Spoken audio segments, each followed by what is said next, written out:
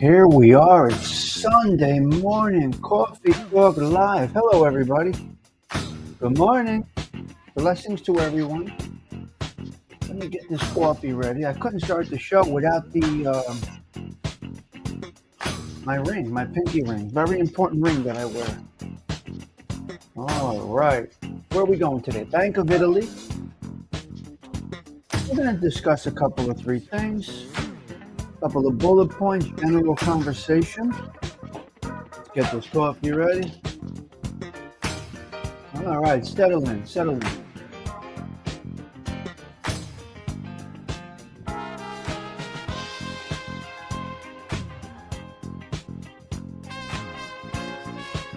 We go with a mix of music, a mix of talk. For now, I got it for this coffee. Let's get that coffee brewing there. Got Delilah back there. Eva Morinello is on the road. He's rolling out. Hello there, Sigi. What route do I want to go? Italiano or English?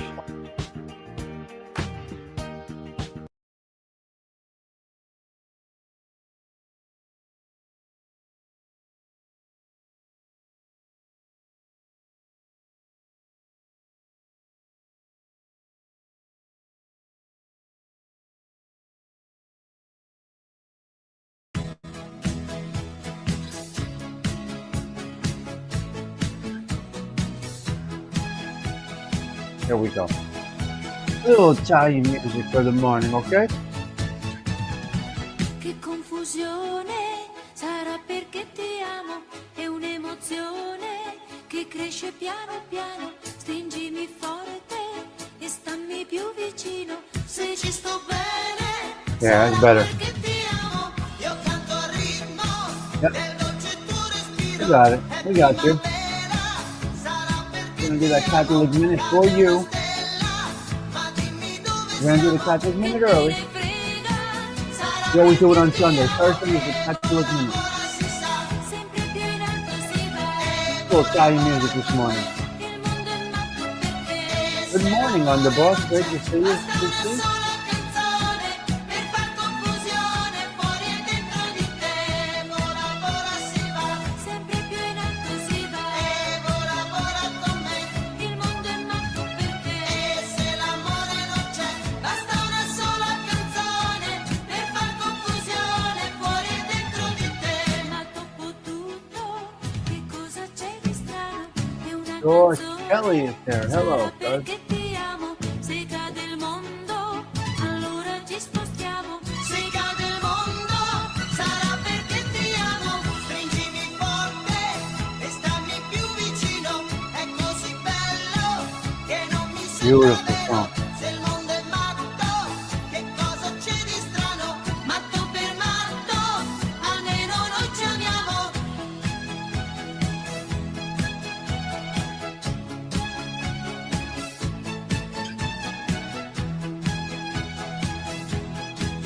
Beautiful, beautiful. E vola, vola si sa, sempre più in alto si va. E vola, vola con me, il mondo è matto perché se l'amore non c'è, basta una sola canzone per far confusione fuori e dentro di te. Vola, vola si va, sarà perché ti amo. E vola, vola con me, e stammi più vicino. E se l'amore non c'è, ma dimmi dove siamo. Che confusione, sarà perché ti amo. Okay, enough with that. We're going to get into a little conversation. Let's get that banner off the screen. We are in, ladies and gentlemen, the one, oh, no. Wait a minute. 278th consecutive coffee talks with Tommy Stiggs. We're going to go down the roster, but first things first, we're going to kick off Sunday morning with a Catholic Minute. And although it is Italian Heritage Month, the Catholic Minute and one story this morning goes out to Poland. Polish, a little Polish situation today. All right, listen. Let me go on camera here. Let's go on camera here. Okay, first things first, let me have a sip of coffee. And then I'll address the chat. Two notes. Delilah's leaving in a couple of minutes, and Stephen Marinello is on the road this morning, so we will not see Stephen in the chat this morning. Stephen, thank you for that Cash App. It is appreciated. We get donations here and there. Not like we used to, but it's quite all right. We get some donations here and there. So thank you, Marinello. Appreciate that. All right. Let's go into the Catholic Minute real quick. Sunday, coffee talk right here live, 10-5-2025. But today we're gonna we switch it up a little bit. We go with the Catholic Minute first, okay? Okay, check this out. I'm gonna read off my notes right there. Today, the Catholic Church, the feast day for October 5th, and we are in 2025. But as you do know, our Catholic Minutes, they go way back in time. One sip of coffee, and then the Catholic Minute. This feast day, October 5th, Faustina Kowalska, commemorating her death in 1938. She is known as the Secretary of the Divine Mercy for her diary, Divine Mercy in My Soul, which contains the messages of mercy she received from Jesus. Her life and writings have inspired a devotion of God to God's mercy throughout the church. Wow. Who was Saint Faustina? Ooh, let's go. Okay, she was Helena Kowalska, born in Poland, became a religious sister and took the name Maria Faustina. Okay, keep that one in your mind. Keep that one in your mind. Yes, Tom, you always say your head and arms. You blend in the background. I know I do. Let me get through this. Just shut up. I know I blend right in. Isn't that crazy? All right, so life. Helena Kowalska, born in Poland, became a religious sister and took the name Maria Faustina, mystic. She had visions of Jesus. She had visions. What? Wait a minute. Okay. She had visions of Jesus and communicated with him. She recorded all of that in her diary. A message of mercy. Jesus asked her to spread devotion to divine mercy. A message of God's unfailing love and forgiveness for all. So if you are a true believer, not a phony, you will have forgiveness for all. Okay, so I asked for forgiveness for being non-forgiving. I don't know. I don't know. Message of mercy. Jesus asked her to spread devotion to the divine mercy, a message of God's unfailing love and forgiveness for all. Interesting. Hmm. That was it. That was so her legacy, her diary and divine mercy images have been instrumental in popularizing this devotion worldwide. Why is her feast day significant? It marks the anniversary of her passing. It serves as a day to remember her life of sacrifice, her special role in spreading the message of God's love and mercy. So it's a short one. Today celebrates the feast day of Saint Faustina Kowalska, Polish, taking on the name Maria Faustina. All right. So that is for you this morning, Delilah. We do the Catholic Minute early on Sundays because some people have to get out to Mass. And that's what they do. They leave, they go, they get out to Mass, and that's what they should do. Let's see what we got back here. Let's go over to, we can go, should we do this? Let's go to the coffee shop. Why not? Now we're in the coffee shop.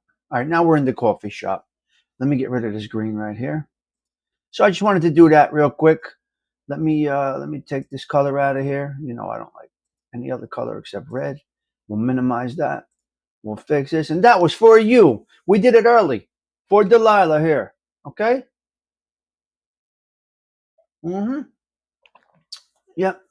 So I didn't pre-read, as you could see, so I was tripping on some words, but you get a natural guy over here. All right, so check it out. We're going over to Poland today. Okay, let me go into the chat here. Delilah, James Simpson, good morning. Delilah, Don Micu, Gerard Socelli. Darren Cassidy, great to see you. James is right there. Socelli, can you drop some stats from the football that you posted yesterday? George Sarcelli's posted some great stats yesterday. Yards rushing, this, that, the other thing. He had a lot of good things going on over there. Sweet Tea, good morning to you, Underboss. Great to see you. Detroit City, a couple of three things. Yes, yes, yes. Joey Calabro was up there. Mike F., if you're watching, blessings to you. Stephen Morinella, please be safe driving. He's on a long trip right now. Ben was here. Hey, teacher was here. Good. My people. Wonderful. Let's go with the top five today. Hey, teacher. Joey Calabra. Benny coming in at number 3. Delilah, number 4. And number 5, we have... We have number 5, Rich. 6 with a bonus. I got to run. I'll be back. Okay, Rich, start that bonus. And number 6 for the bonus, we got Stephen Morinella. Okay, good morning, everybody. Wonderful, great group of guys. Peppers and eggs is a good idea for today, you, Detroit City. I think peppers and eggs is a good idea for today.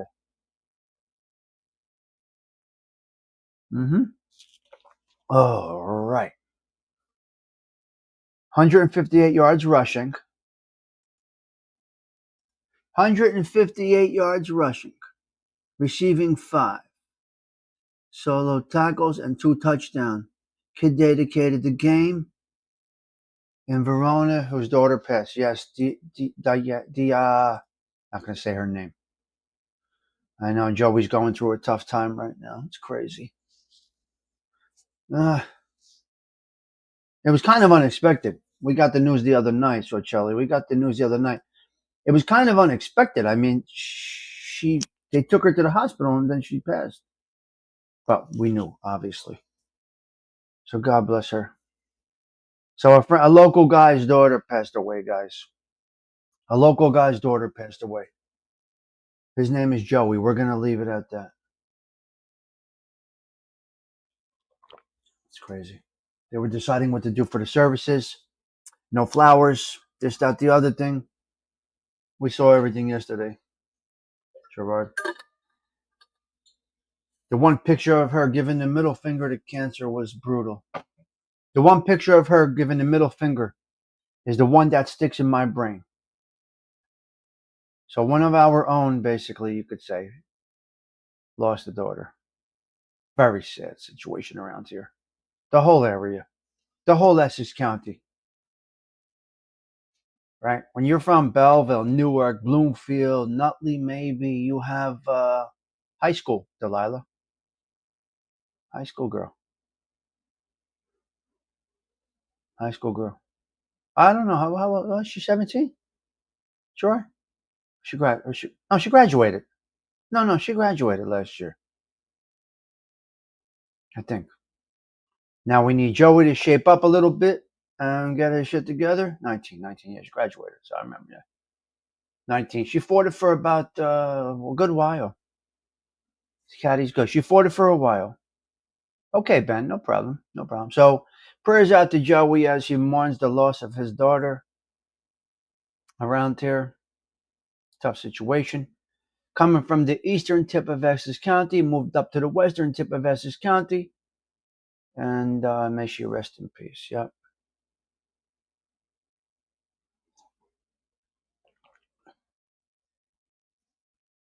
Yeah, I think so. I think so. Yes. Right, Patty Daly. I'll be in the neighborhood. I should drive him there in the Alante with the top down.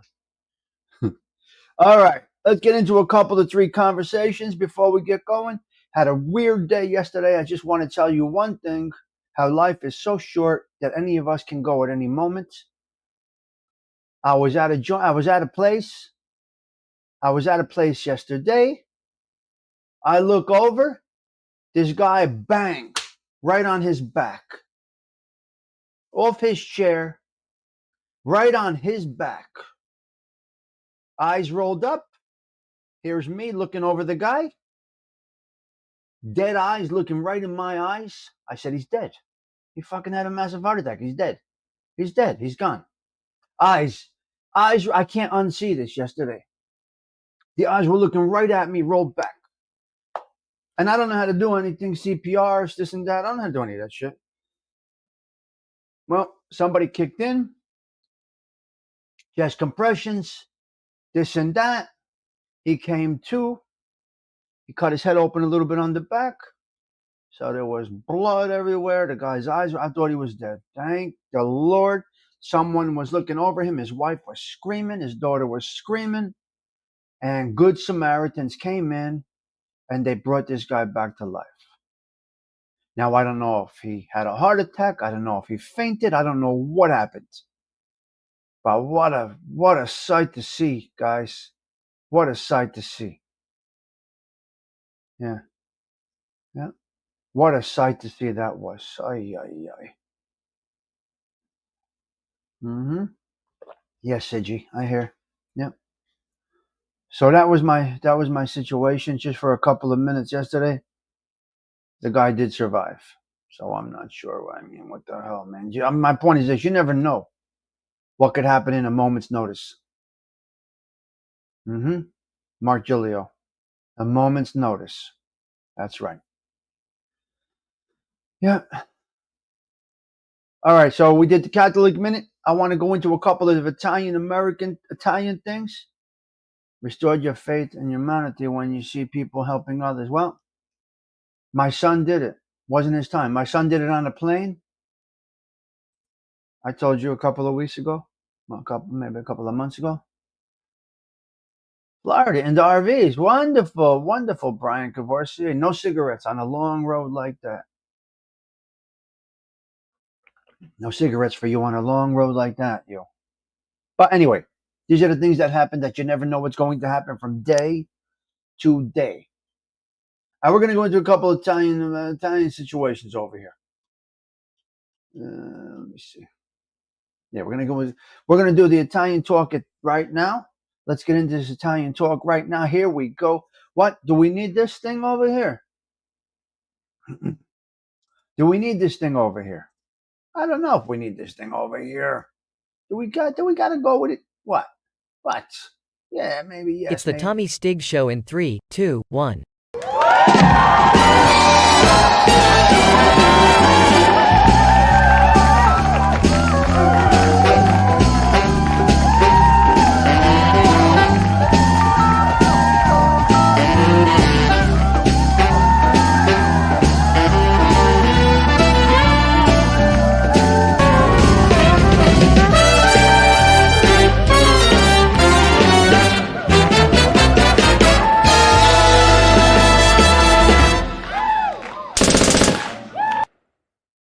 All right, good morning, Tindo. I just don't know how to do it. You are right that it's very important. Thankfully, there was a lot of people around, and this man survived. So, Tindo, you are correct. I have no idea what to do. Watching my son do it a few weeks back was miraculous to see, Tindo. Little Stiggs was down there working on this guy, and he brought this kid back. He brought this guy back to life. So 2 times within a month or so, I've seen 2 people revived from CPR. So yes, you're right. You are right, Dindo. It is very important, and you could actually save somebody's life. So I will give you 100% cosign on that. Yeah. Yes. You can save somebody's life. The one thing they need to teach you is never touch a man that's been electrocuted, though. That is the problem. Never touch a man that's been electrocuted because he's live. He's got live electric in his body, an electrocuted individual. So I had a guy get electrocuted right in front of me, right? Right in front of me. And, wow. Unbelievable. It's unbelievable. Patty, that's a good comment. All servers in restaurants, right?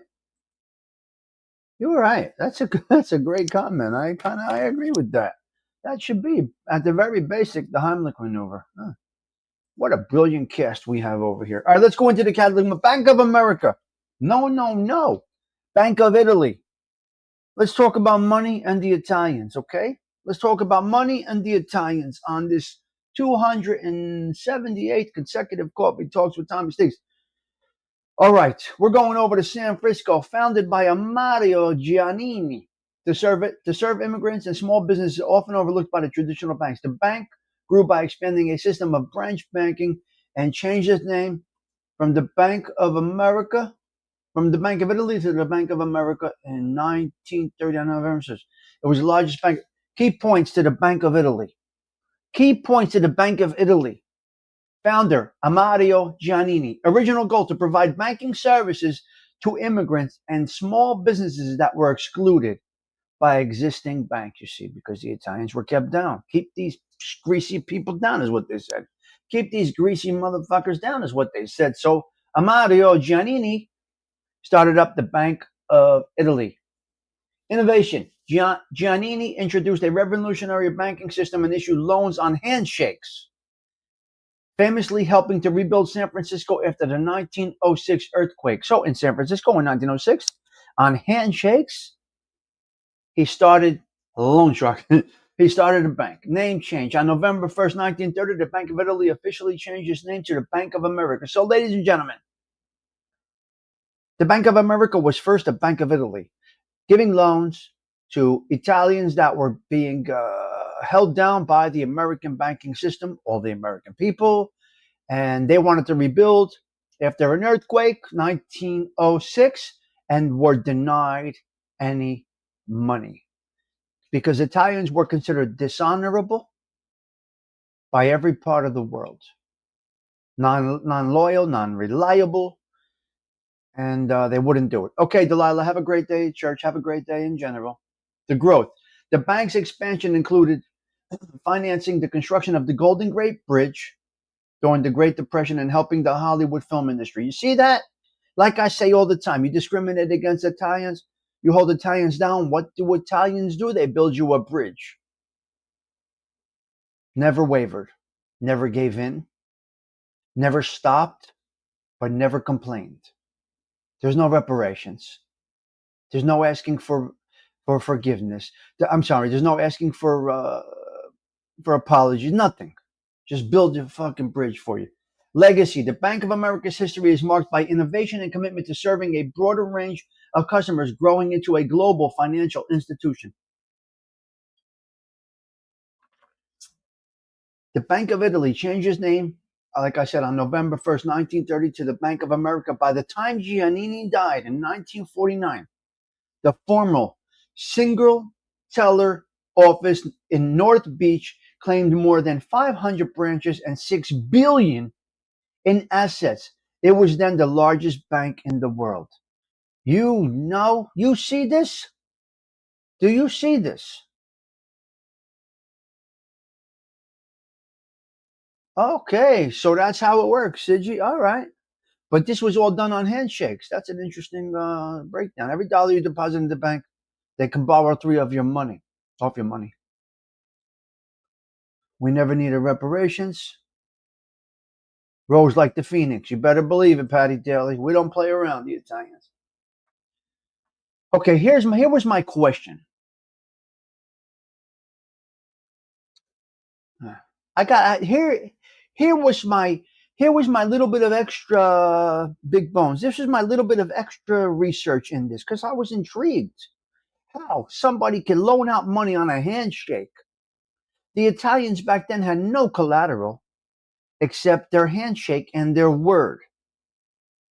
So the handshake and the word. Now, many of us live by this today in our culture. It's a word. It's my word. There's no collateral. It's on a handshake. Unless you're a degenerate gambler and you lost on Cleveland, you got to pay. And we're going to take something. But other than that, reputation, word, and handshake. That is all you got. So that is all that Amario Giannini went by, a handshake, and the promise that you will return this loan payment. Now, millions of dollars were loaned out. Whatever. Could have been billions, could have been hundreds of thousands, whatever. It's 1906, right? Or whatever it is. Back then. It's in the early 1900s. So Amario Giannini opens up a bank, and it's called the Bank of Italy because he wants to loan money to Italians that were discriminated against. with a possible vision of some kind. And he didn't know what the vision was, maybe. Maybe he didn't know. Maybe he had a blurry vision. Maybe he was optimist. Maybe he just wanted to give back. Maybe he expected not to get the money back. But let me explain to you something. Every loan borrowed by an Italian from the Bank of Italy was repaid in full. Nobody defaulted on their loan. A handshake and the appreciation that the money was loaned. They paid back every single dollar. They did not overextend themselves. If they needed 500 to build a bakery, if they needed 1,000 to build a cigar shop, if they needed 500 to build a corner store, I'm just using the hypotheticals here. Yes, all of the loans issued by Giannini's Bank of Italy in the aftermath of the 1906 San Francisco earthquake were reported to have been repaid in full. Giannini famously issued these loans with a handshake, and his confidence in the ability of borrowers to repay helped spur the city's redevelopment efforts. So the Italians really are what rebuilt San Francisco after the earthquake. It's beautiful method. Mario Giannini set up a temporary bank on the street using a horse and wagon to provide loans. Basis for loans. He issued the loans based on the character and signatures of individuals rather than traditional collateral. Because many borrowers have lost their papers in the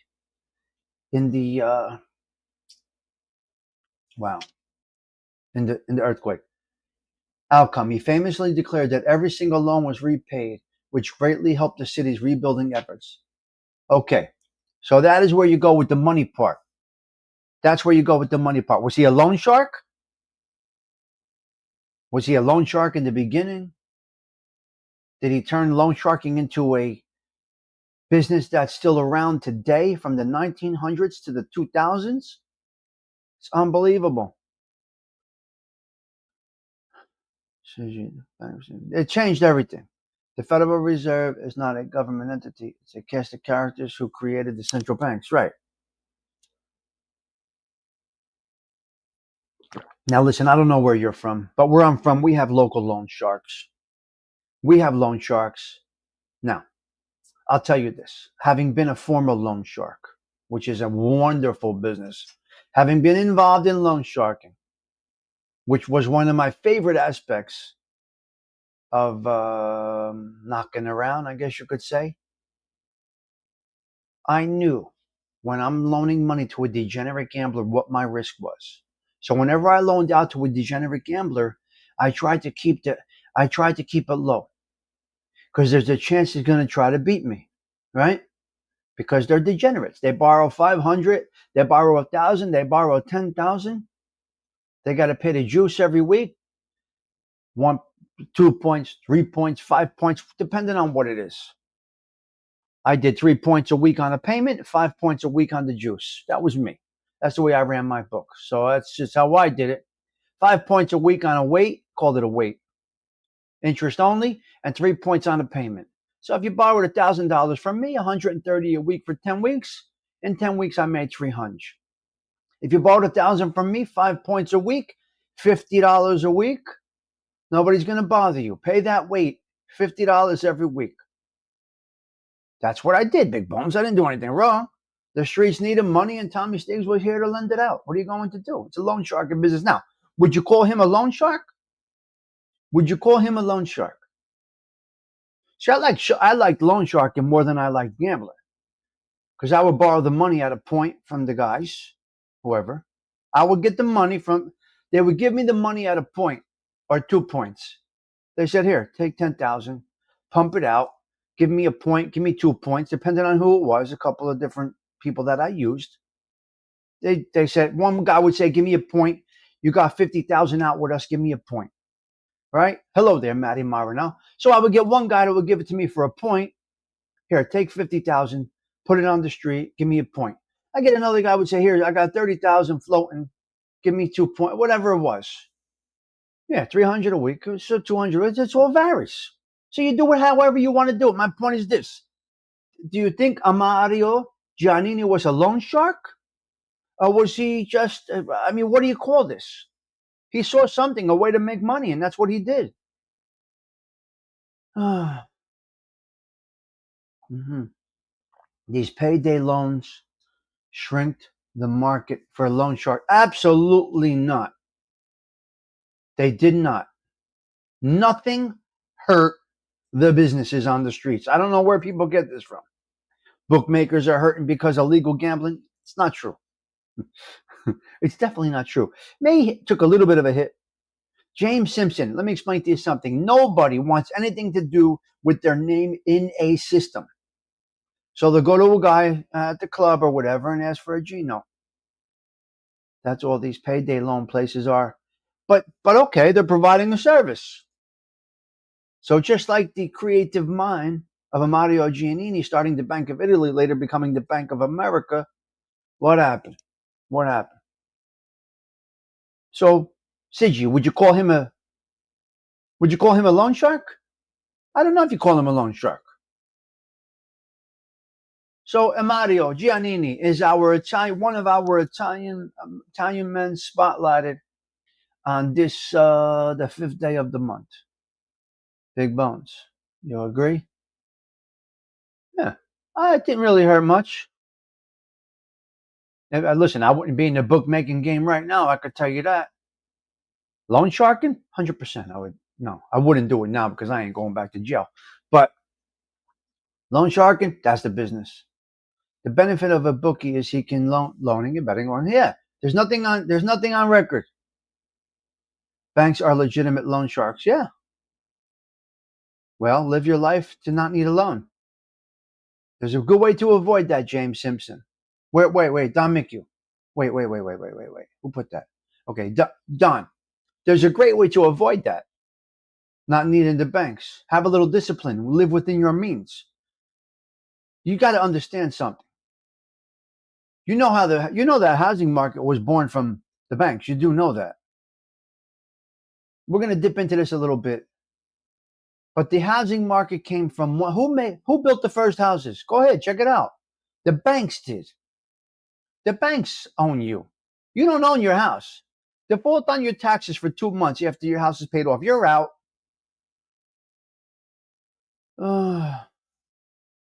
It's only a loan shark, and if there is a crime involved, that's true. This is true. But listen, live within your means, and you won't have to borrow any money. See, that's the problem with people. That's the problem with people. Booking without the collections is a misdemeanor. I like that. That's great, Big Bone. What you got to collect though? I kind of like that. You guys had some great points. Great points. What a good conversation, you guys. I'm pouring my water. I got to take my pills with you on. I got to take these blood pressure pills and everything, or there is no tummy stick. So go easy on the coffee. We'll jump over to the blood pressure pills. So that's where we're at right there. Okay, we're going into another individual right now. It's your hard-earned money you disposed that made the bank rich. If you put in stocks, you'd be filthy rich today. Well, Destroy Sigi, here's the problem in this world today. There is no patience. There is no discipline. People that own a $500,000 house think that they actually own a $500,000 house. They paid $800 for that with the interest. You bought a house for $500. 30 years, you paid interest. You paid $800. Plus, you paid property tax. Too early for Sunday. Yeah, I know. I don't expect many people to be here on a Sunday. Jimmy, but I come on every day, 7 o'clock. You know that. Rain, shine, 365. Every day, 7 o'clock, we are live.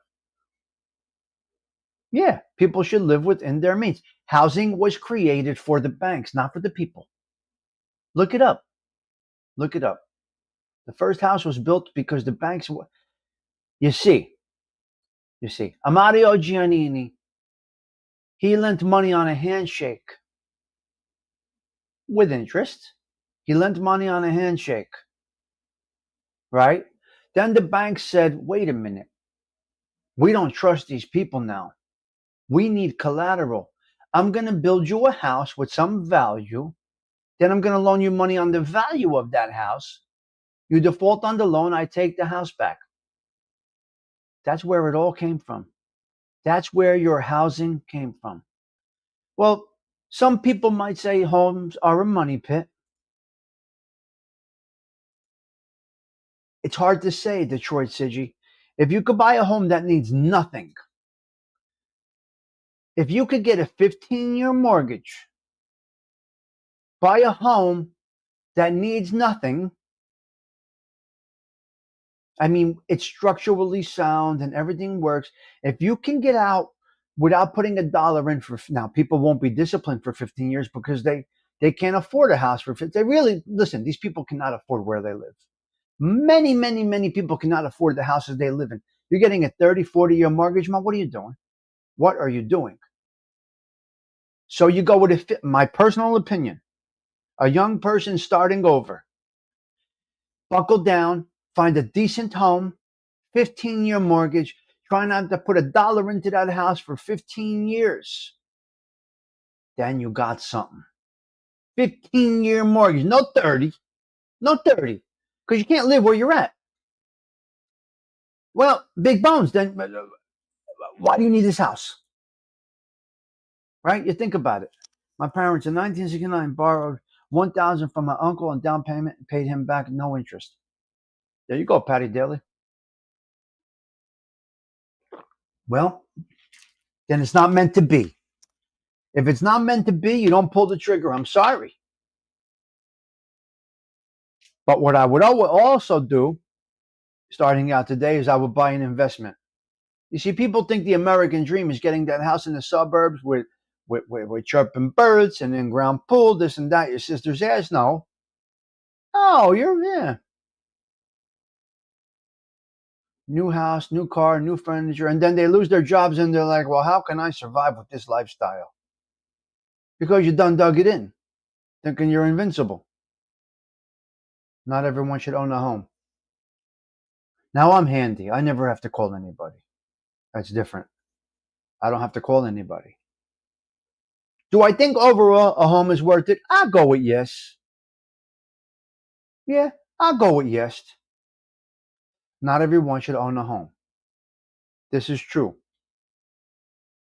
Yeah. Now you got people that inherited homes from their parents, which is a nice thing to do. You could buy a house for 30, 40 grand back then, 50s and 60s, I'm sure. So, but anyway, there's no right or wrong. Whatever makes you sleep at night, you are good, right? As long as you could put your head down on your pillow. So this is what happens. You become a slave to your house. You become house broke, it's called. You're broke. It's called house broke. Okay, you got the dwelling, but you can't go out for a pizza. What are you doing? You have a beautiful home, but you can't go out you can't take your wife out for a nice meal. She wants to get dressed and feel special. You can't do it. And she'll tell you she's content, but she's lying to you. Women like to be made to feel special. And now, if you can't do that, make sure you buy her some flowers. So that's where you're at. Okay, so that's the housing market. That is the money.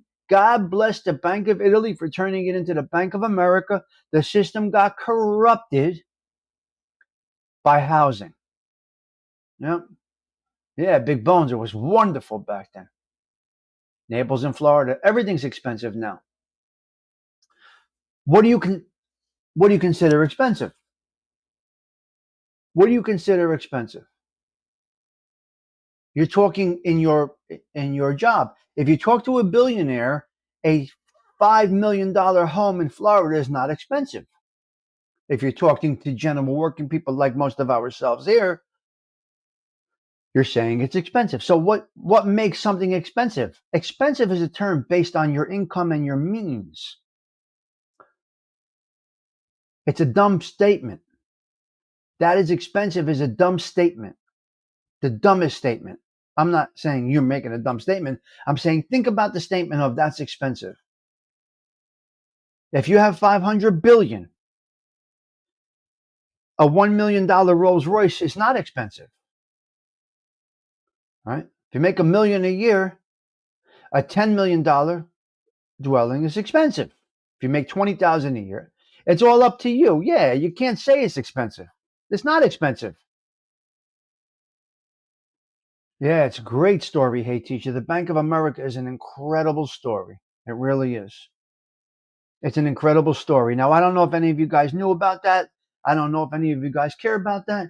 But without the Bank of Italy, there is no Bank of America. And that is how it happened. So, yeah, sitting here listening to this whole show is a contradiction of life. Well, it goes up and down. Everybody has their own opinions, Dean do. There's no right or wrong. You're not right. You're not wrong. I'm not right. I'm not wrong. Personally, I would like the feeling to own a house as I did and never really struggled to pay for that house that I had. We sold it when we got divorced and went our own ways. But I felt good about it. But then again, you got to remember I'm very handy. So somebody that would come in and charge you $10,000 to do cabinets for, I just buy the supplies and I got sweat. You see, there's a difference with me because I had sweat equity. I built my own deck in the backyard. Right? I put my own pavers down where they were needed. I did my own landscaping. I built my retaining walls. I put a pool heater in. I physically did the work. So I guess, Dean, a guy like you or me would have sweat equity. Right? So it didn't bother me that much. The payment was just a payment. It was similar to rent. Had the money for a down payment. So, I can do it with having peace of mind. So it's a little different when you're able to do. You can put a floor down if you need to. Now, we got guys if we need somebody for something that we can't do, and we typically have a guy. So that's where it gets out of hand. When you are relying on outsiders for repairs. Would I say buy a house? 100%. Buy a house. Would I say live within your means? 100%. My only recommendation, put your biggest amount of down that you can. Try and sacrifice with a 15-year mortgage. If you do that at 25 or 30, you're golden by your 40s. You have nothing. All you have is property taxes that equate to less than a rent payment in that current time. So, in short, it is worth it to buy a house if you are smart about it. If you can't have a $500,000, $1 million home, just to say, I got this home, this big, beautiful home. Now you're a jack off. But what'd you learn in school? Or what'd you learn from your parents? You learned nothing. You learn nothing. So it's very interesting the way all of this goes and the way it can go. I tell my son, Thomas, save up. Let's get a multifamily for you. Let's start this out right. You're in your 20s. I can guide you with wisdom, knowledge, and the things that I have seen. Right? So, Thomas, let's buy a multifamily. You get a multifamily while I'm around. God forbid, who knows when our days are, while I'm still alive and able. Maybe to not physically do every aspect of what needs to be done, but I can definitely walk you through every project that you need to do. My only thing, and I said this before, in today's world, you can be asset rich, money poor. Interesting. Is that good, Don? So are you saying that as a good thing or a bad thing? Asset rich and money poor. Yeah, there's a lot of multifamilies here. Patty Daly, I tell my son, let's go over to North Arlington. Let's go over to Lyndhurst. Let's get you a multifamily. Yep. And hello, Cheech. Good morning to you. Yeah. So asset rich can be okay. There's borrowing power in that, Don. Don, there's so many variables that go along with it. It's unbelievable. Yeah. Yep. Not with the $800 Mercedes car payment. Who's getting a Mercedes for $800? Detroit CG. I'm not sure if you're aware, but car payments are up to around $1,000 now for a good. Yeah, North Arlington. Possibly over there, Patty, I'm telling him. Your assets are only worth money when you liquidate them. But you could borrow against those assets and buy multifamilies. Don, America is the land of opportunity. If people had a little discipline, they can do it. I passed my time. I learned this now. If you have a little discipline, you can make a beautiful life in this country. Yeah. Yeah, James, that's what I'm telling him. I'm sorry, Jimmy Palumbo, that's what I'm telling my son. Please, let's try to get a multifamily. For you, this has nothing to do with me. My time is done. I do what I'm going to do now. I'm in the home stretch now. If I didn't make it by now, I ain't making it. If I lost my job now, tomorrow I open up Tommy Steak's coffee shop. That's what it is. Because through time, I got myself to minimal bills. That's through sacrifice and discipline. I got myself down to minimal bills. God forbid something happens. I can hustle and pay my living bills. Would I have to buckle down on the extras? Of course, and I'm prepared to do that. I will go out to dinner once a month instead of every week. We're not making it out alive, none of us, Tony, but I'll be damned if I'm 60 years old, lose my job. Nope, I'm sorry. I won't do it. Stay, you're twisted. You don't know what you're talking about. This is just how I think about it. I'm coasting into the last years, whatever years I have left on this earth. And I pulled it off. Through some discipline, though. What I did in the last 10 years, people can't do in a lifetime.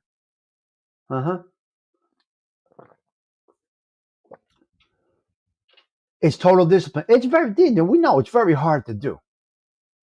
It can be very hard to do, especially when there's two parties involved. But if you have two parties with the same mind, Dindu. Now, Dindu could go out and get a loan at 61 years old and put an in-ground pool in his yard, a beautiful new Trex deck. He can put all bells. He can stone the front of his house. He can build a paver driveway patios. He can make a circular. So Dindu can right now, probably, I'm just thinking, with equity, can go borrow $150,000 at 60 years old and say, what the fuck am I doing here? I got all of this stuff, but now I got a headache. But if you have a wife and a partner that thinks the same as you got a problem. If you have a wife and a partner, yes, sir. So if you have a wife and a partner that will say, look, honey, let's just coast through this thing. We got a dwelling here. We have a house here. We got a place to call home. We got a dog that can run around. We got a baby that can walk and crawl. We don't need any of that shit. We got heat. We got air. We got food. We got four walls. We got love inside this dwelling. Nothing is more powerful than love and a couple that communicates. You see, it's so interesting. No, Big Bone, stop. I'm talking, it's reality, you sick bastard. I know what's real and what's not real. And if you can be disciplined, I'm proving it to you. If you could have a little discipline, the Hindu doesn't need a 7-bedroom house. You follow me? A wife and a partner. No, some people keep company. They don't get married, Don McHugh. What are you talking about?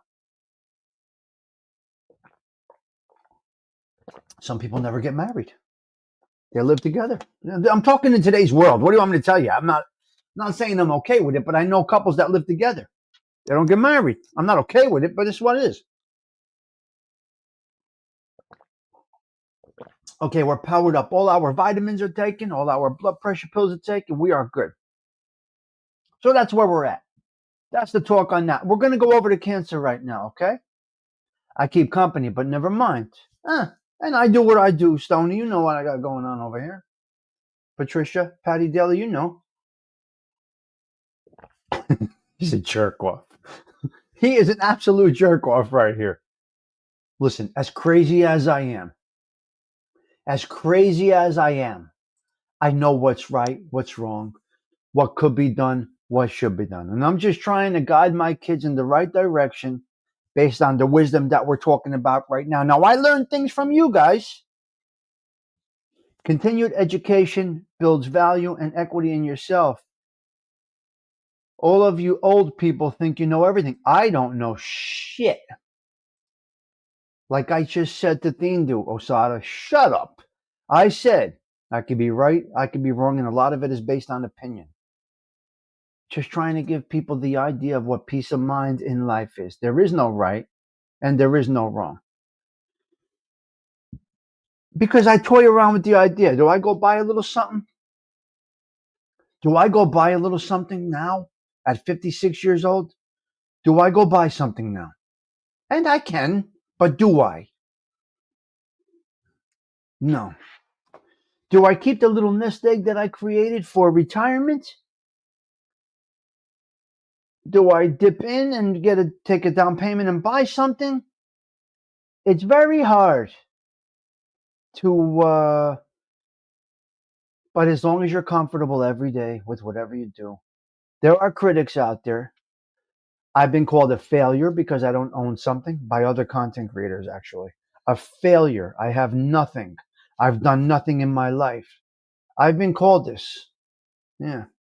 I've been called, this has been said about me. Insinuated about me. You know, you could tell who they're talking about when they're talking. One fake individual has said this about me. All right, now let's go. Next topic right here. We're going over to breast cancer, and I'm going to tell you why. Patty Daly, check out this one. We are Pete Rizzolo. We are still on the Italian contribution to the world.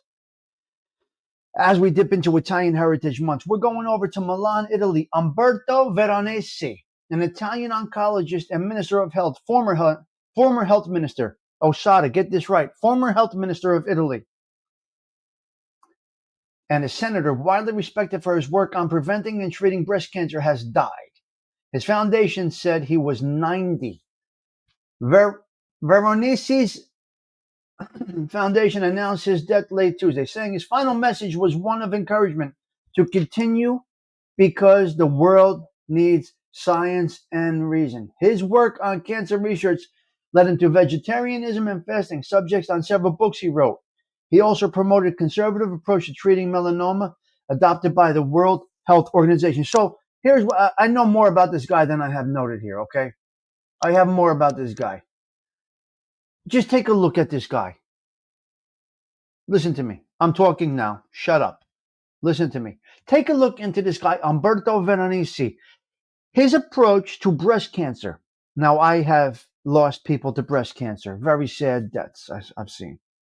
Check it out. His approach to breast cancer. He's against total mutilation of the body. Oh my God. For breast cancer, that means a total removal. What do you call it? Mastectomy? Is that what that is? They take both breasts off. He thought that was radical and total body manipulation. He felt that it was wrong. He felt that manipulation was mutilation. I'm sorry. Mutilation. He felt that if you found a spot in your breast, take that mastectomy. Mastectomy. Okay. He felt take that part out. See, here's the problem with here's the problem with taking out the lump, or so to speak, the spot that they say has breast cancer. So they get a spot and they do a total breast removal. His approach was take out the spot, work back from there into the lymph nodes. I'm not going to get into all of this medical talk with you guys, but you got to go back to the lymph nodes because a lot of the breast cancer, it goes in the lymph nodes, right? And that is where. So he had a little bit of a conservative way, not a radical way, of treating breast cancer. You got to look into this guy. Mutilation, not total removal, but the area and the lymph nodes. See, my mother-in-law had breast cancer. She did a total removal, and some lymph nodes, whatever. And she got 10 more years out of that. The cancer came back with a vengeance and killed her within a year.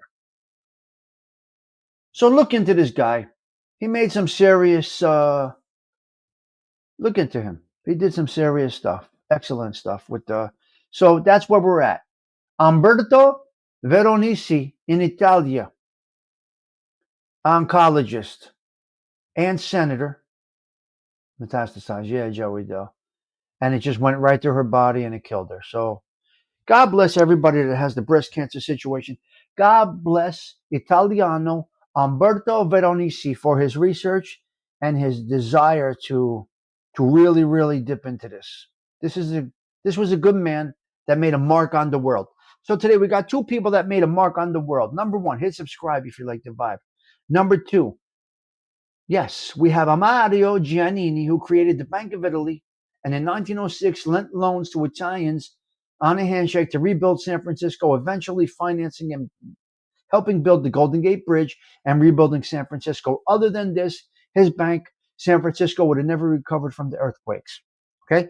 And also, Umberto Veronesi, Milan, Italy, a, a, a serious oncologist that did not believe in mutilation of the body, but alternative ways of treating breast cancer. So these are two people that made their mark on the world. Italian Heritage Month 2025. That's where we got. We're episode 278 for 2025. That's where you got. Those were your two topics for the Italian Americans. We had great conversations about a lot of different things. Now, I got a couple of 3 bullet points I'm going to go into.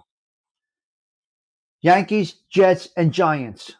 All of our local teams are playing today. Okay? Go Yankees, go Jets, go Giants. I don't know what's going on with the Phillies. I think they're done. And the Eagles. And what about the Buffalo Bills? Are they playing today? Tiendo. Are the Buffalo Bills playing today? Tiendo. I'm not sure. So I moved over from coffee to water this morning. I'm going to hydrate deeply today. Tomorrow I go for my blood work. So I'm going to get some blood work tomorrow. I'll get a couple of bullet points I want to go down over here. FBI agent is fired.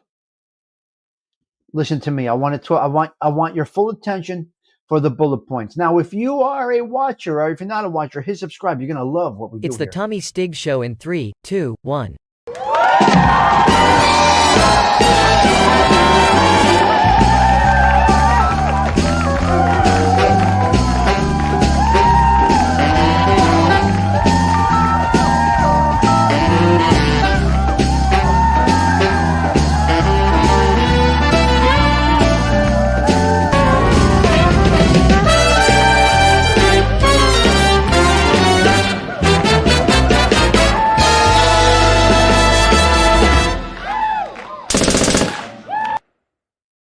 All right, a couple of bullet points right now.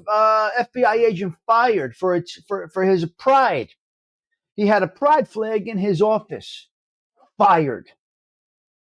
Listen, you're part of the Federal Bureau of Investigation. You are black suit, black tie, white shirt, very mild colors. You stick with the grays. You stick with the blacks. You stick with mild colors. You don't, nothing. No opinions. You don't need an Italian flag in your office. You don't need a Polish flag in your office.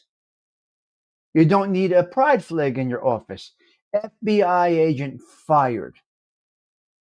And I'll tell you why. He did not take the training. See, when you go to FBI training, you're trained to be just an FBI agent. You can't be swayed either way. This guy already had planted a seed that he's passionate about one thing. They're supposed to be very straight-laced and no big beliefs. They might like the Yankees. They might like the Giants. I had a sad situation yesterday that I saw. I got friends that are in recovery. There's no doubt about it. This is live. Donna's doing it. We're right here. I'm seeing you. Good morning to you. Yes. I got friends that are in recovery right now. Many. Drugs, alcoholism, whatever it is. One in drugs. Well, two in drugs and alcohol. Anyway, what I see yesterday, what I see repeatedly, these guys are in the environment that is going to entice them. You are not in full recovery mode if you do not remove yourself in totality from any situation. If you are a gambling degenerate and you're in recovery, you don't go to casinos. If you are a drug addict, you don't go to where your friends are doing lines. If you are an alcoholic, you do not belong at the bar 2 o'clock on a Sunday watching the Giants. And you sure as hell don't belong at nightclubs where they're doing bumps left and right. I don't know if any of you people know what a bump is. They're doing bumps left and right. They're doing shots. They're doing this and that. You gotta stay out. You gotta stay out. You gotta totally remove yourself to have a clean life. Go to the church. Do something else, please, guys. Pete, you see what I see. Did you see what I saw yesterday, Pete Rizzolo? Somebody we both know that really had it hard, really, really had a hard hit, and is now posting pictures in the environment. It's no good. It's no good. No, a bump. Stoney, you don't know what a bump is? A little bump, a little toot. A little bump, a little toot. No, a bump is never mind. I'm not going to get into it. I have friends that still do bumps, and they're doing all right. But I have friends that are doing bumps and shots that have ended up on homeless. On a bump is drugs, yes. A bump is a hit of coke. Don is doing it. A hit of cocaine is a bump. A little bump. It's small. It's a small hit. Cocaine is deadly if you're over 40, if you have a bad heart. Quick little sniff is a bump, yes. Don't do any bumps, Don is doing it, please. And I see these people in these places. No good. Remove yourself. If I'm a degenerate gambler, I do not belong at OTB. Now, if I'm an alcoholic or a recovering drug addict, I don't also belong at OTB because I have an addictive personality. If you are a degenerate gambler and you killed the gambling addiction and you go over by the bar, you can end up being an alcoholic. You see addiction. Guys, please. I got friends I'm rooting for. They're doing great. And then I see them at the bar and I'm saying, well, what are you doing? Yeah, that's a Shirley Temple. You're testing yourself. Stop it. You don't know what a bump is, Don McHugh? Come on, man. Where do you live, in a cave? You really don't know what a bump is? I can't hang with you, Don. The aristocrats living in a bubble. I have coffee addiction. Yeah, me too. So anyway, I wanted to touch on that because I have friends that are in recovery that I'm seeing they're pushing themselves. They're putting themselves into the situation and it's not going to end well. Don, grow up. Okay. Where do I want to go with this here?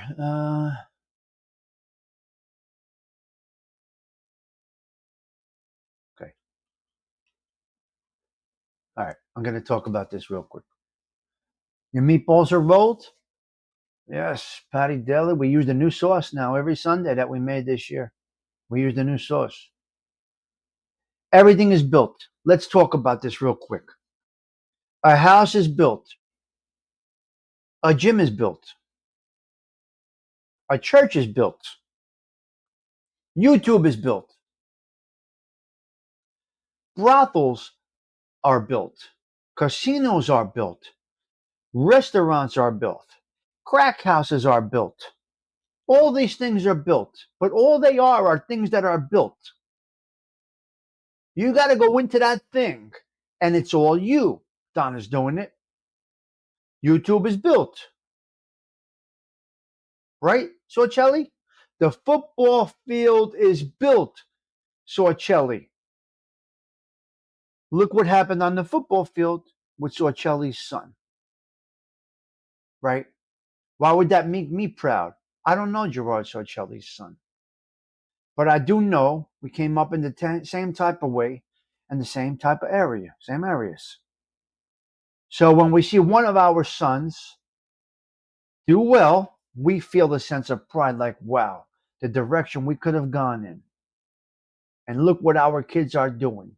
We got them out of these areas, out of the environment. We built a nice home for them, a nice life, and we got them on that football. The football field is there forever. The lacrosse field is there forever. The baseball mound never moves. It's what happens on that. So you go, the gym is built. What's going to happen at Planet Fitness? You got to go in there. Now you got to work on the results. YouTube is built. You got to go in there. You got to work on it to get results. You got a brothel. You got to work on it to get results as a madam. You got a casino. You got to work on it to get results as a dealer, a pit boss, this and that. You got a restaurant. You got to make the best pasta fazool in the city, right? It's all up to what all these things are built. Now it's up to you to go in there and make success out of what was built. These things are handed to you. The rest is up to you. Okay? Banks, gym, churches, everything. Every single thing. Unions for Uber. Uber's fantastic. And it was a business that needed no union was not needed. I'll tell you when you need a union and when you don't need a union. I can't say Uber needed a union because now your Uber's going to change. The business self-sustained without the union. Does Uber need a union? I don't know. It's hard to say, but Uber and a union, carpenters, laborers, electricians, but the Uber? Yeah, exactly. You see, this is the comment of the morning right there. That's my point. Been going to the gym since I got clean, kind of trading one habit for another, but much healthier, 100%. 100%. So I don't know, Joey Dell, if Uber needs it. I can't say for sure. No, I can't say for sure if Uber needs a union. Uber is a complete ripoff for the drivers and passengers. Total racket. Now I'm ready to drive, Todd Father. I set up my Uber. I can go pick up rides today. Yeah, Uber needs a union to keep the drivers safe. Okay. Oh, okay. See, I don't know the variables. All right. Union is up to the people performing the service if they're not being treated correctly. Okay, I worked for a great company, Hoffman LaRoche in Nutley, New Jersey. I worked for an incredible company, Big Bones. Hoffman LaRoche. You ever hear of Hoffman LaRoche in Nutley? Clifton? They want you to drive 25 minutes for $6. I got my Uber certification. I'm not Ubering, but I got it if I ever wanted to. So I go to Hoffman LaRoche, Big Bones. The guys in the neighborhood either went the Union, Hoffman LaRoche, a couple of these jobs. So I'm saying I'm working with 5,000 employees. We have no union over here. This doesn't seem right to me. Coming from a union family, a union environment. My father, 33-year Teamster. My brother, electrician union. I go into this company, 5,000 employees, no union. And I'm saying to myself, how are they maintaining a company of 5,000 without a union? Then I realized why. 6 weeks vacation. 4 weeks bonus every Christmas. 2 weeks bonus in the beginning of June. So they kept a doctor on the campus. They really took care of their people. They were able to pay their people well. Work boots, free. You worked at Roche. Great company back then, yes. So interesting. Great bonus. I got 6 weeks bonus pay a year, Patty Daly. 6 weeks vacation. Incredible. Guaranteed off. They shut the plant down between Christmas and New Year's. So they took care of their employees to keep the union out. The mechanics eventually went union for other reasons. Does Uber need a union, Todd Father? I wouldn't know. If you're treated well, God bless. Agreed. Yeah, and they did well. So we did well at Roche. Now, if the Essex County prosecutor didn't ruin that for me, that would have been all right. If the Essex County prosecutor's office didn't come and take me out, it would have been all right. The lab animals. What? Did you really, Pete? That's an interesting job. And I was on 59. I was in building 59 making volume. Pete Rizzolo, I was in building 59, the third floor, making volume. Oh, and you were taking care of the animals. That's great. Pete, that is an amazing story. I love it. Wow. Yeah. BBC mushroom. Okay. Okay. I want to talk about one more thing. Where is Polak? Polak, this is for you. We got a big thing happening. Perry Primavera. You were in 76. I know 76 very well. Wow. 76. Did you see the campus now, Pete? It's incredible what they did over there. It's beautiful. Okay, listen. General Kazimierz Polansky, 1,000,000 years ago, he fought with George Washington, actually saving his life at the Battle of Brandywine, also known as the father of the American cavalry. He was instrumental in the Revolutionary War and died after being mortally wounded in the Siege of Savannah in 1779. So today, we got a parade in New York City. We got a parade in New York City for General Kazimierz Polansky. I guess it's a nice parade that they're having out there. I guess this is nice. That's excellent. That's excellent. Yes. Okay, I think I got one more topic and we are out of here. We killed everything today. Beautiful. I got one more topic. Very, very sad situation. Very, very sad situation here, guys. And then you worked there building. Wait a minute, Pete. Now, this is a neighborhood story if you never heard one. Pete Rizzolo from Belleville, New Jersey. A lot of guys from our neighborhoods went to Hoffman the Roach. Some went into the unions. Some actually went into the asbestos union, which was crazy, but we had the key to whatever we wanted to do. Guys from Belleville, connections everywhere. That was when, this is when Belleville had some power all over the world, country, basically. Every crime family was there. Every avenue was open to us. All we had to do was say what we wanted to do, and we got that job. So they took care of all the kids from Belleville. But Pete Rizzolo and myself went to work at Hoffman the Roach. And later on, Hoffman the Roach, they closed our plant and they went back to Switzerland. Fast forward, Pete Rizzolo was back in that place, rebuilding it into what it is now. It's just amazing how this cycle comes around. Was it weird going to work in there on other things, Pete? Must have been weird. You worked in there when it was Roach, and then you went back working in there as well. You're an iron worker. You're an iron worker. You were building things. I love these Belleville stories. I mean, you can't even. There's nothing like it. You didn't know there was a asbestos union? Zelda, very bad. They came into the neighborhood, picked up all the guys from the neighborhood, and the asbestos union was ran by a guy named Jimmy. I'm not going to put the rest of his name out.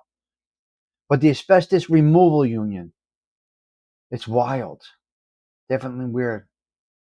Yeah. No security. Drive in and out now. We had to go through a gate and give a resume every time we entered.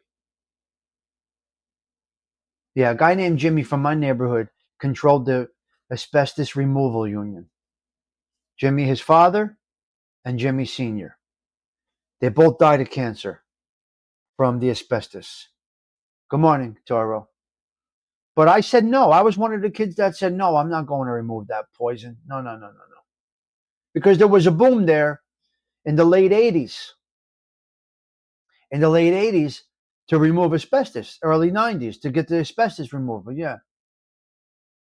Very dangerous if you don't follow the correct procedures. Now, Joey Dell, they take 10 kids from the corner. They take 10 guys from the corner. They put us in a truck and they take us to a job to start removing asbestos. Jimmy and Jimmy both died. Rest in peace to both of them. Jimmy Sr. and Jimmy Jr.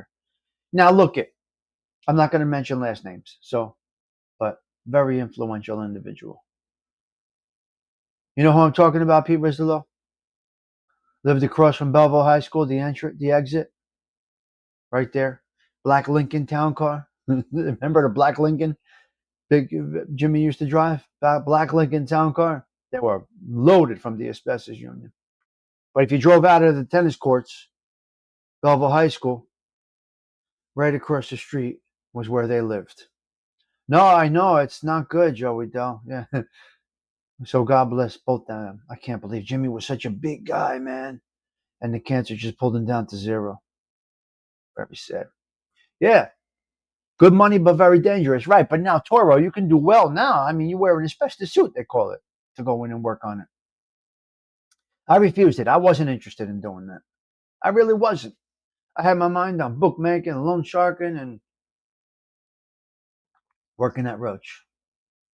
I got a little sad news out of Hollywood. Keith Urban and Nicole Kidman getting divorced, citing irreconcilable differences. Bullshit. I'm not hearing it. This is a good song right here. Well, anyway, he made a song. Keith Urban made a great song called The Fighter. And it was about his relationship. Yeah, it was about his relationship with Nicole Kidman. They're getting divorced over irreconcilable differences. Listen to the nonsense. Listen to the nonsense of the reason for divorcing. Number one, irreconcilable differences. You can't fix that shit together. You're in this together. You can't fix the irreconcilable differences. I'm not buying it. Bullshit. They're citing he can't support me emotionally. He's not there for me physically. She's not there emotionally. Beep, beep, beep, beep, beep. You know damn well what you're into. You know damn well the field that you're into. Hello there, AOV. You're going to travel. If two people are in the entertainment world, they know they're not going to be spending a lot of time with each other. So slow your roll. How much 100 millions do you need to have? You can do this. Plan your schedule. Let's say no work in the month of December. No, I don't want that extra 10 million. I don't need it. December is our month together 100%. Now, work for 2 weeks, home for 2 weeks, 2 people in Hollywood, 2 people in the movies. They can do it if they wanted to do it. Donna's doing it.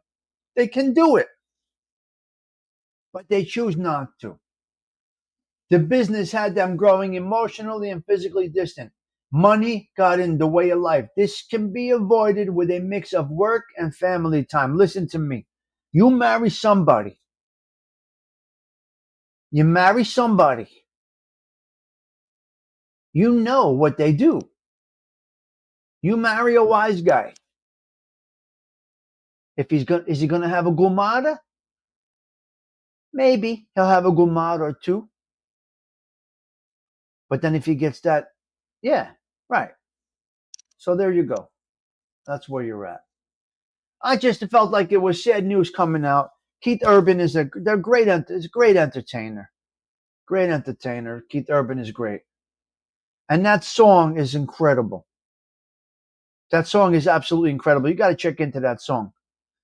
I would definitely check into that song. It's called Fighter. It's sad, man. I hate to see it. I just hate to. Yeah, I don't know. It just sucks. I hate to see it. But these people, it's a little different. It's a little different with these people. So, yeah, that's what we got there. Okay. And this was the song this was their song right here. This is a great, great song. They are amazing. Carrie Underwood and Keith Urban did this jam right here. And they did a great, I love it. Tremendous words over here. You don't want to get out of the spotlight, another addiction. You're right, Patty.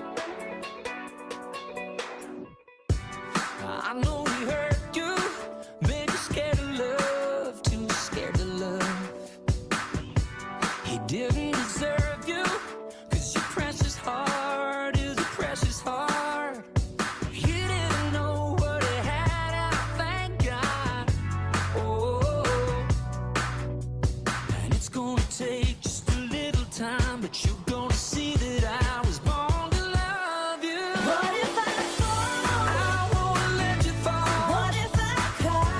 I'll never make you cry. And if I get scared, I'll hold you tighter. When they try to get to you, baby, I'll be the fighter.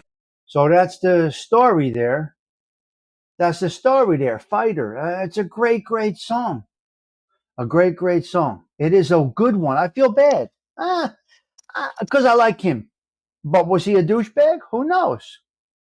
Was he a douchebag? I don't know, Patty Daly. That's a great song, though. And he did that for Nicole Kidman because of her past relationships. And then that's what happens.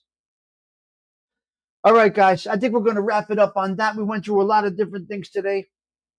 Great conversations with you guys about a whole variety of topics. What's tomorrow? Who's tomorrow's thumbnail? Who are we honoring tomorrow for Italian American Heritage Month? Can somebody check my thumbnail for tomorrow, please? I don't even know. I set these shows up and I just go about my business. We're touching on Rosanna Scotto. We're going to touch on Rosanna Scotto late in the week. We got Francis Ford Coppola, Martin Scorsese. A few. Just want to touch on these guys, tell their stories. Lock this in. What's tomorrow? Can somebody please check my thumbnail for tomorrow if you don't mind? Monday, Coffee Talk with Tommy Stiggs. His 279th show is tomorrow. Who is it? I can't look while I'm on here. Anybody could please take a look. Hey, teacher, somebody? Tomorrow's thumbnail, please. Yes. Not the boot, you son of a bitch. You know what? I'm going to do the boot, though. I might as well do the boot. And special prayers out to those that need it, especially my cousin Michelle and mom and Otis. We want you guys well over there. We need you. We need you. My cousin Michelle, her mom, and Otis, they watch all the time. Yes. He's nuts. Who is tomorrow? It's not Richard. Dean Martin's tomorrow. Okay, Toro, thank you. All right, cool. Dean Martin, a little bit of Dean Martin. Oh, I do have it here. Hold on a minute. What am I talking about? I got it right here. Wait. Okay, tomorrow is Dean Martin. Tuesday is Joe DiMaggio is Tuesday.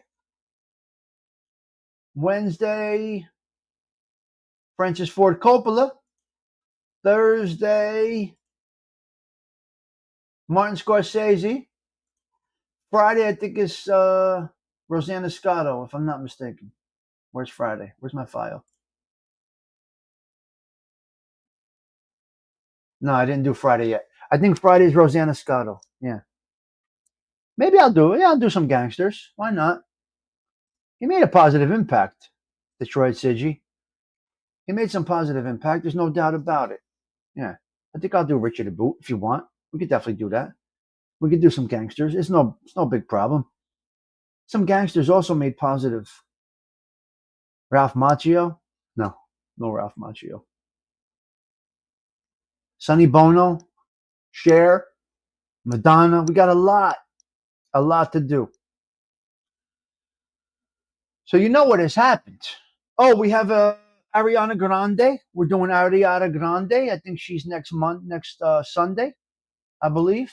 So, yeah. Now, StreamYard has brought back artificial intelligence for us to make thumbnails. I know. I'm just playing. Sundays Arthur Fonzarelli. There you go.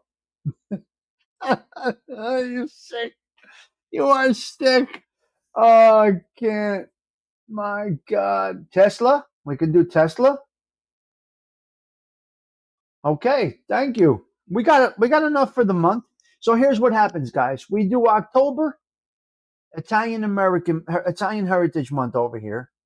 November, we just do general talks. And then Osada, December. What do we do, Osada, December? What do we do? The Big Ragu, Carmine. We can do him too. Osada, what is December at the Social Club? I'm going to put something up. Maybe you remember this. December is Sinatra. So this might be your third with me, you. Okay, let's look here. Hold on. This is the one right here that led to the showstopper Spataro. Spataro, you remember this backdrop? You son of a bitch. Tindu, where are you, Tindu? Take a look at the screen real quick. Stop. Stop playing. Stop filing your toenails and look at the screen.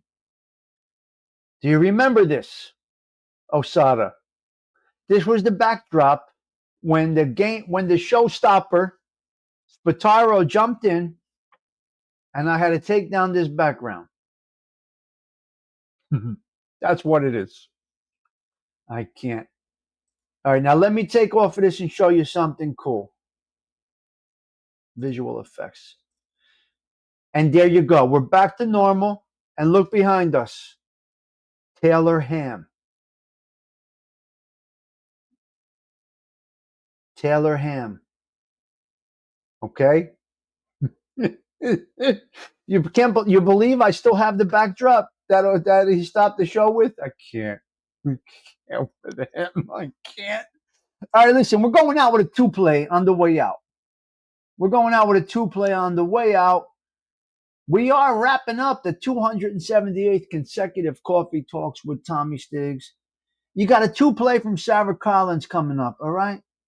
Here we go. Taylor Ham from North Jersey, South Jersey, your sister's ass Jersey. Shut up, you. Don't you start with the Taylor Ham. I had good conversations with you guys, Pete Rizzolo. What on earth is Taylor Ham carting on the wall? Well, I use these crazy things as my backdrop, and I like to use it. So sometimes I have this AOV, and I like to put it up sometimes. And then I'll take it down I'll put Bless This House back up. But Taylor Ham, you see it? What are you calling it pork roll? It's Taylor Ham. It's not pork roll, it's Taylor Ham. So shut up. And don't get me aggravated with this. Okay? Stop with the garbage. Stop with the nonsense. I'm going to be in rare form tomorrow morning. No coffee. Blood work tomorrow morning. We're still going to do our show with nothing in our bodies. Nothing. So I would appreciate if you all fasted with me from midnight tonight. Your sister's ass says pork roll. Shut up. It's Taylor Ham. Shut up with that garbage. Okay, we're going with a 2-play here. A little Andy Williams. Patty Daly. I think you're going to like this song right here, the first one, Patty Daly. Check out this song. This is a great one. This is an incredible song right here. So 2-play with Sarah. Hang out. This is the first of 2, and then we are out of here. It's time to have a beautiful Sunday. Ladies and gentlemen, it's a gorgeous day in North Jersey. It's a gorgeous day in North Jersey.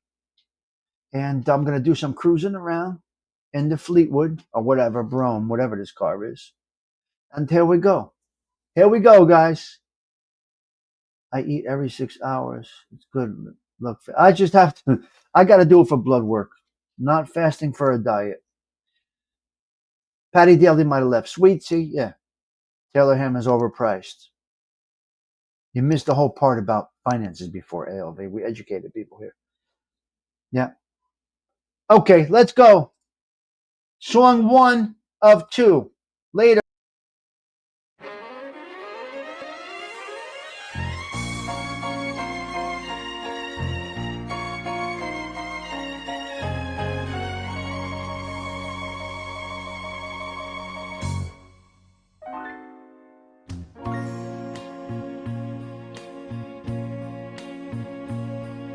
Where do I begin to tell the story of how great love can be?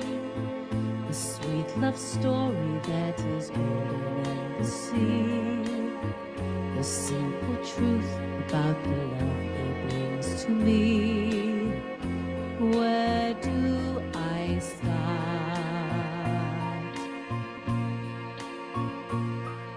With his first hello, he gave new meaning to this empty world of mine. There'd never be another love the time he came into my life and made the living fine. He fills my heart.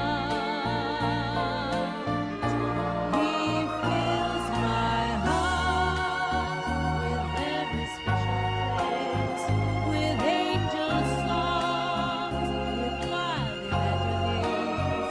He fills my soul with so much love that anywhere I go, I'm never lonely with him around.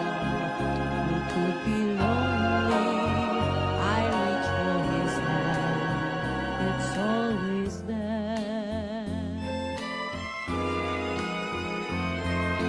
How long does it last?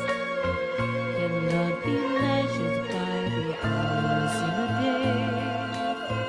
I have no answers now, but this much I can say. I know I'll need him till the stars are gone away, and he'll be there.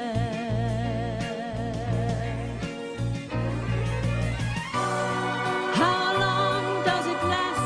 Can love be measured by the hours in a day?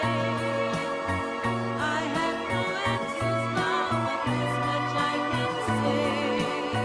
I know I'll need him till the stars all burn away, and he'll be there.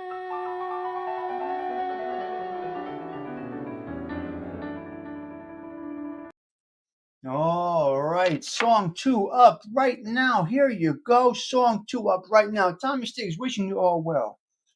Ciao. For now.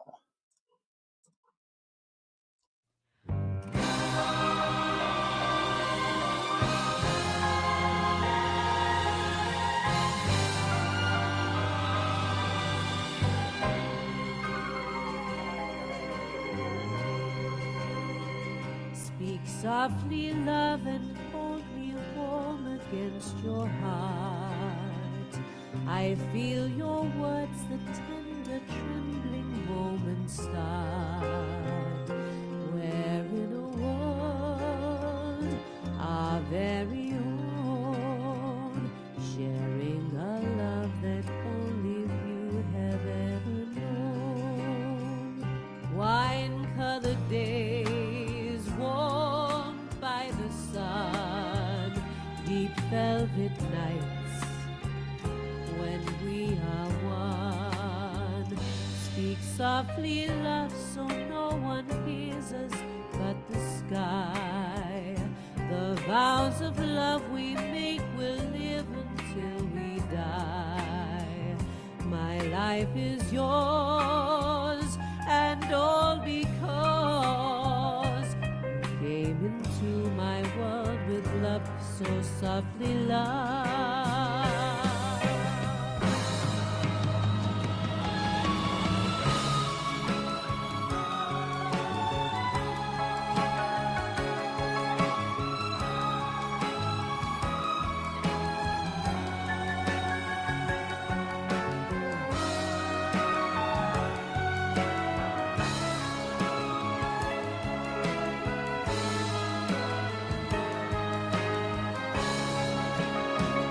Wine-colored days warmed by the sun, deep velvet nights when we are one. Speak softly, love, so no one hears us but the sky.